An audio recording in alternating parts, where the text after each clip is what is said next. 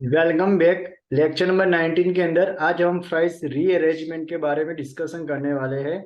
आज के video lecture में हम डिस्कशन करेंगे फ्राइज रीअरेंजमेंट की केमिकल रिएक्शन क्या है, उस केमिकल रिएक्शन की पूरी मैकेनिज्म क्या है और उसकी एप्लीकेशन क्या है। उन सारी बातों की हम यहाँ पे डिटेल्स पे डिस्कशन करने वाले हैं।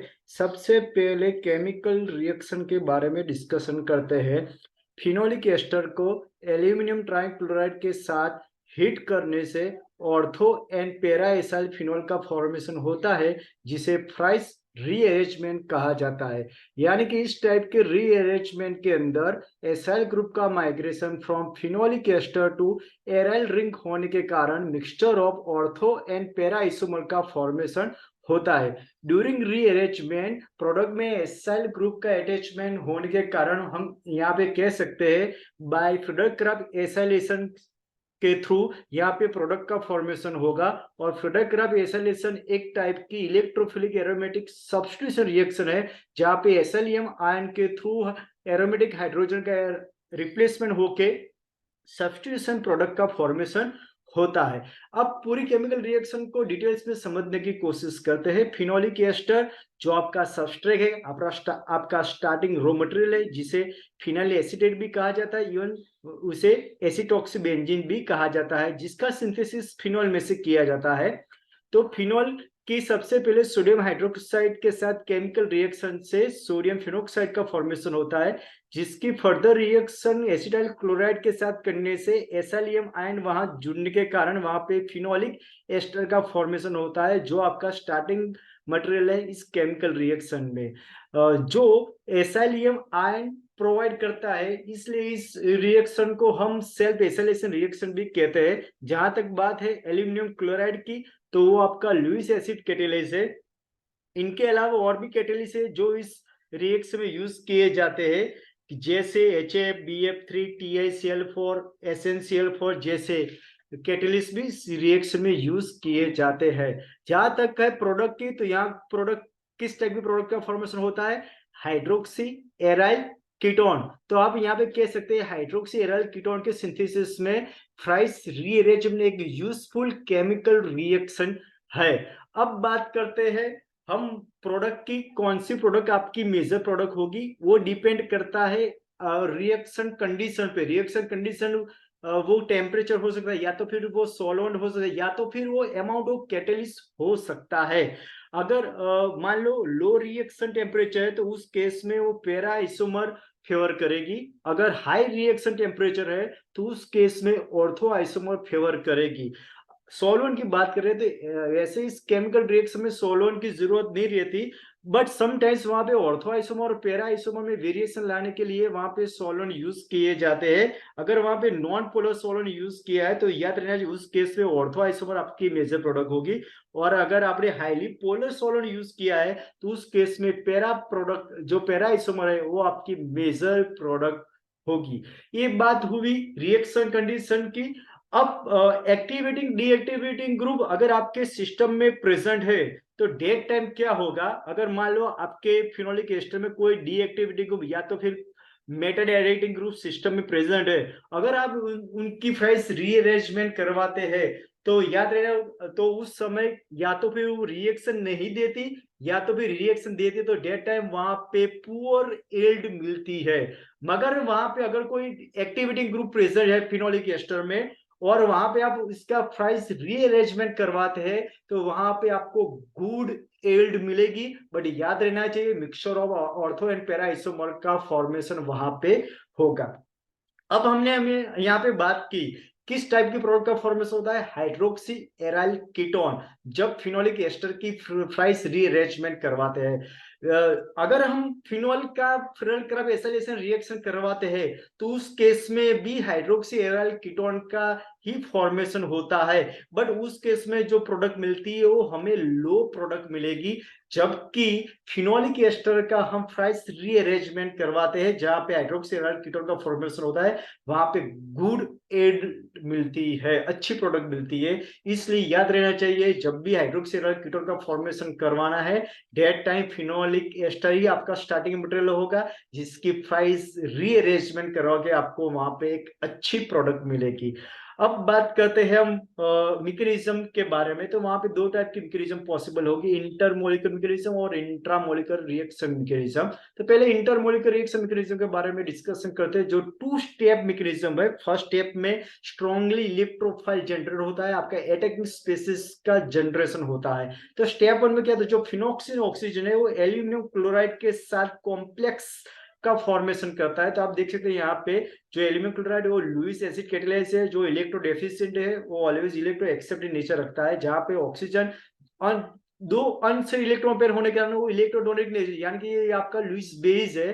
तो लुईस बेस लुईस एसिड को इलेक्ट्रो डोनेट करता है, तो आपका एक कॉम्प्लेक्स फॉर्म होगा जहाँ पे ऑक्सीजन पे पॉजिटिव चार्ज होगा due to loss of positive charge, and due to exchange of electron the negative charge will be generate on aluminium.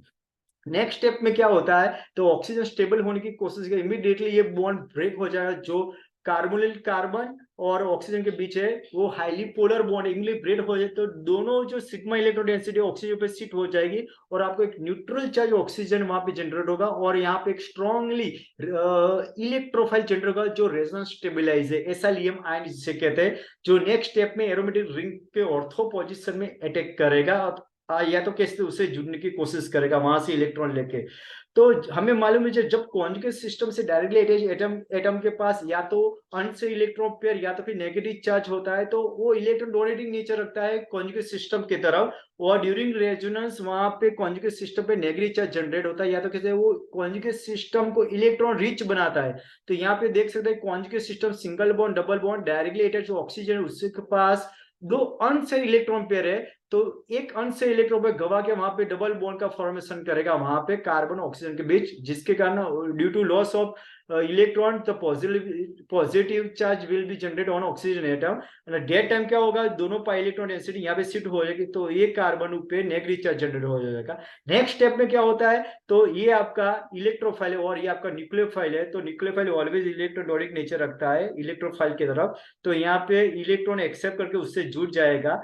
तो वहां पे आप देख सकते हैं, तो ऑर्थो पोजीशन में नेक्स्ट स्टेप क्या होगा, डीहाइड्रोहेलोजिनेशन होगा, यानी कि जो क्लोरीन है जो एल्यूमिनियम के साथ का अटैचमेंट जिसका, वो बॉन्ड की दोनों इलेक्ट्रो डेंसिटी लेके यहाँ हाइड्रोजन को एक्सट्रैक्ट कर लेगा जो ऑर्थो पोजीशन में प्रेजेंट है।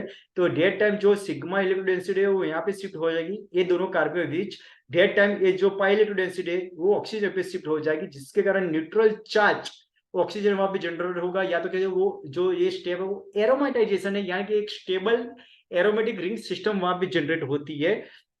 तो नेक्स्ट स्टेप जो हाइड्रोलिसिस स्टेप है, हाइड्रोलिसिस स्टेप से वहां पे क्या होगा, OH ग्रुप में कन्वर्ट हो जाएगा, यानी कि ऑर्थो एसल फिनोल का फॉर्मेशन हो जाता है।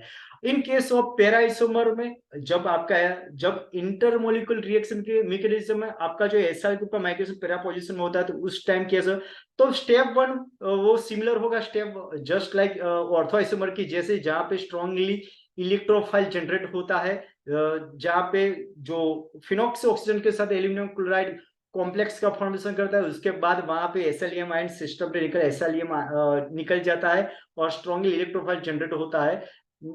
अब पैरा आइसोमर के जो केस में वहां पे आप देख सकते हैं, तो जो अंश इलेक्ट्रॉन पेयर है वो यहाँ पे शिफ्ट हो जाएगी, डेट टाइम ये जो पाई इलेक्ट्रॉन यहाँ पे शिफ्ट हो जाएगी ये दोनों कार्बन के बीच, जिसके कारण यहाँ पे पाई बॉन्ड का फॉर्मेशन होगा, डेट टाइम ये जो पाई इलेक्ट्रॉन डेंसिटी है इस कार्बन पे शिफ्ट हो जाएगी और जो नेगेटिव चार्ज है यहाँ जनरेट होगा, तो इमीडिएटली यहाँ पे आपका इलेक्ट्रोफाइल जुड़ के वहां पे जस्ट इस प्रकार का रेजोनेंस स्ट्रक्चर देगा।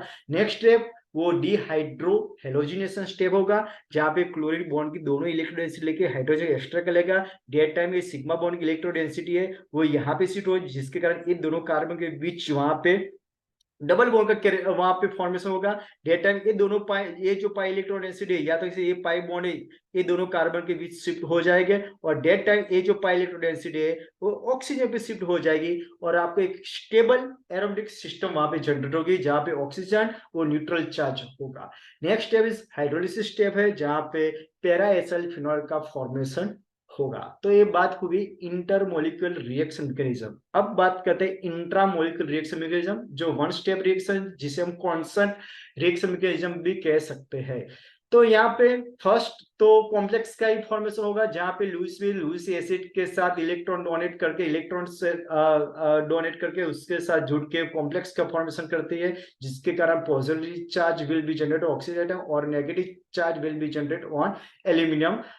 नेक्स्ट स्टेप में हमें मालूम है ऑक्सीजन जो हाईली इलेक्ट्रोनेगेटिव एटम है, जो इमीडिएटली स्टेबल होने की कोशिश करेगा, और ये जो बॉन्ड है वो हाईली पोलर बॉन्ड होता है। इमीडिएटली ये बॉन्ड ब्रेक होकर बॉन्ड की दोनों इलेक्ट्रो डेंसिटी यहाँ पे शिफ्ट हो जाएगी ऑक्सीजन और कार्बन बीच। डेट टाइम ए पाई इलेक्ट्रो डेंसिटी है यहाँ पे शिफ्ट हो जाएगी, और जैसे यहाँ पे नेगेटिव चार्ज जनरेट होता है इमीडिएटली वो एसएलएम आयन को इलेक्ट्रॉन देके वहां पे उससे जुड़ जाता है। जस्ट इस प्रकार का हमें एक रेजोनेटिक स्ट्रक्चर वहां पे मिलता है।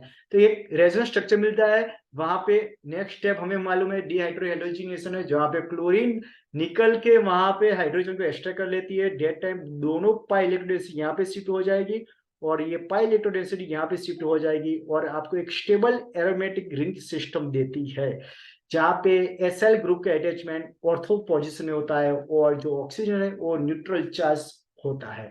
नेक्स्ट स्टेप हाइड्रोलिसिस स्टेप है। हाइड्रोलिसिस स्टेप के अंदर आपका जो OH ग्रुप में कन्वर्जन हो जाता है, यानी कि ऑर्थो एसएल फिनॉल का फॉर्मेशन होता है। वन स्टेप मैकेनिज्म है। वैसे ही पैरा आइसोमर के केस में हम बात करें तो पैरा आइसोमर में फर्स्ट स्टेप में कॉम्प्लेक्स का फॉर्मेशन होता है। कॉम्प्लेक्स के अंदर ऑक्सीजन पे पॉजिटिव चार्ज, एल्यूमिनियम पे नेगेटिव चार्ज होता है। इमीडिएटली ऑक्सीजन स्टेबल होने की कोशिश करेगा तो इमीडिएटली जो कार्बोनिल कार्बन और ऑक्सीजन के बीच जो फिनॉक्सी ऑक्सीजन है उसके बीच जो बॉन्ड है वो highly polar bond immediately break हो जाएगा, और इमीडिएटली वो यहाँ पे शिफ्ट हो जाएगा ऑक्सीजन और कार्बन के बीच। डेट टाइम ये जो पाई बॉन्ड है वो यहाँ पे शिफ्ट हो जाएगा ये दोनों कार्बन के बीच, इसलिए यहाँ पे बॉन्ड हो जाएगा फॉर्मेशन। डेट टाइम ये जो पाई बॉन्ड इलेक्ट्रो डेंसिटी है इस कार्बन पे शिफ्ट हो जाएगी। जैसे इस कार्बन पे शिफ्ट होती है डेट टाइम इमीडिएटली वो इलेक्ट्रोफाइल को अपनी तरफ खींच लेता है, और एसाइलियम आयन वहां पे जुड़ जाता है आपका, और जस्ट इस प्रकार का एक रेजोनेंस स्ट्रक्चर वहां पे मिलता है। नेक्स्ट स्टेप हमें मालूम है डिहाइड्रो हेलोजिनेशन है। क्लोरीन वहां से निकल के हाइड्रोजन एक्सट्रैक्ट कर लेती है। डेट टाइम बॉन्ड की इलेक्ट्रो डेंसिटी यहाँ पे शिफ्ट हो जाएगी ये दोनों कार्बन के बीच। डेट टाइम ये जो पाई बॉन्ड है यहाँ पे शिफ्ट हो जाएगा, और ये पाई बॉन्ड की इलेक्ट्रो डेंसिटी यहाँ पे शिफ्ट हो जाएगी, जिसके कारण एक स्टेबल एरोमेटिक सिस्टम जनरेट होगी, जहाँ पे ऑक्सीजन न्यूट्रल चार्ज स्पेसिस होगा आपका। ओके, अब बात करते हैं नेक्स्ट स्टेप की। जो हाइड्रोलिसिस स्टेप है हमें मालूम, हाइड्रोलिसिस स्टेप में क्या होता है, वहां पे OH ग्रुप में कन्वर्जन हो जाए, यानी कि पैरा एसल फिनॉल का फॉर्मेशन होता है। तो ये बात की हमने इंट्रामोलिकुलर रिएक्शन में जो कॉन्सन प्रोसेस है, वन स्टेप मैकेनिज्म है। अब बात करते हैं फोटोफ्राइज रीअरेंजमेंट की। जब आपने यूवी कैटालाइज रिएक्शन करवाते हैं फिनोलिक एस्टर की, तो उस केस में याद रहना चाहिए जो आपकी जो रिएक्शन मैकेनिज्म है वो intramolecular free radical process follow करेगी, जहां पे आपका जो अटैकिंग स्पेसिस होगा वो फ्री रेडिकल होगा।